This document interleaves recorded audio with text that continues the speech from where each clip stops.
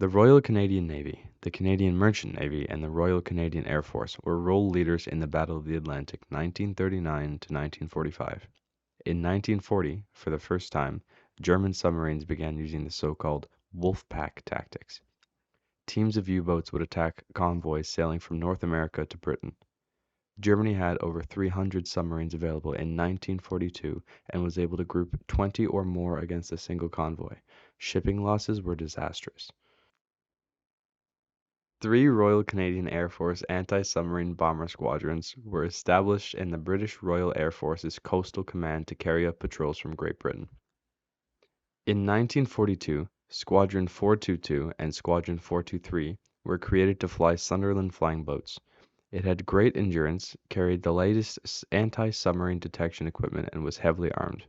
These were heavy four-engine aircraft, so large that it was fitted with two decks. The lower deck had a small kitchen that allowed the crew to have hot meals during their long patrols. German pilots called this plane the Flying Porcupine because of 18 machine guns which were protruding around the fuselage. The depth charges and machine guns used by these aircrafts would force a U-boat to crash dive. Racks containing depth charges were rolled out of the fuselage under the wings, and the charges were released. These racks could quickly be withdrawn, reloaded, and ready for more action. Multiple submarines were destroyed by these massive aircraft. Planes were therefore a major deterrent against U-boats. They could land at sea to rescue downed airmen and torpedoed sailors, thereby saving countless lives. Squadron 423 was formed in May of 1942 in Oban, Scotland. Within 2 months, the squadron had attacked 4 enemy submarines and destroyed 2. The squadron was responsible for flying patrols from Ireland to the Rock of Gibraltar and back, thereby covering the Biscay area. When the war ended, Squadron 423 were responsible for destroying 3 U-boats and for helping to sink another 3 submarines. Squadrons 422 and 423 flew over 2,500 sorties for a total of 40,000 hours. It lost 15 aircraft and suffered 101 aviators killed in action.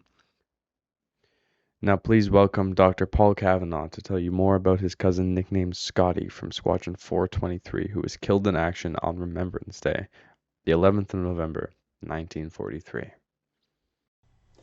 Good morning. My name is Paul Kavanagh, Dr. Paul Kavanagh. I usually don't do this because it's so personal. My own mother was a teenager. She had 2 sisters, so it's kind of funny. Trudy comes from a family with 4 girls, and my mom came from a family with 3 girls. So you can imagine the fights they had in the bathroom for clothes and makeup and everything else. So mom's she's a teenager. Now, back in the 40s, they had what they call the Sears catalog. So it's a very, very thick book. It's like a brick. Everything you could possibly want to buy was in that book. No, they did not have Amazon, and they did not have the internet in the 40s. So during the year, everybody waited for this special publication. Now, my mom found a bathing suit that she really wanted. So she went to see her dad, and her dad said, "I'm really sorry. The answer is no.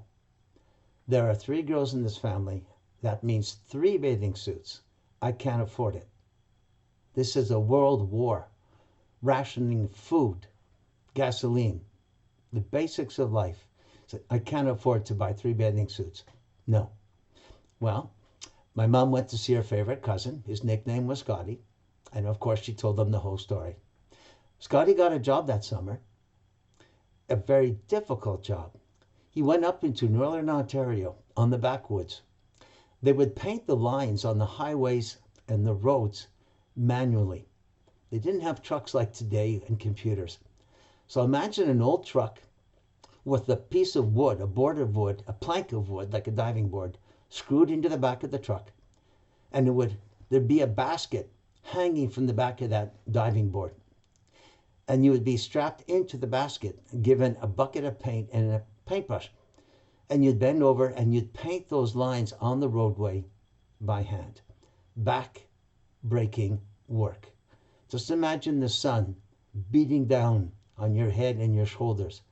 Imagine the heat radiating off the asphalt, cooking your feet all day.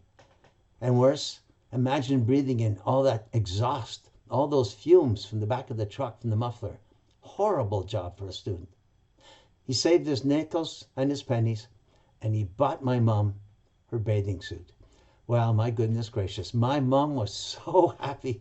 The happiest girl in the whole world. Now, I want to read this properly. His name was William Douglas Scott, Royal Canadian Air Force, Bomber Command.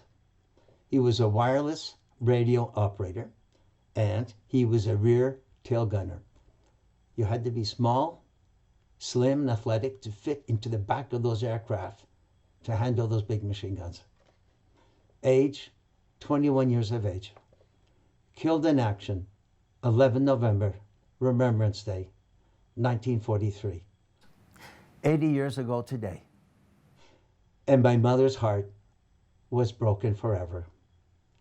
She never got over that, lest we forget.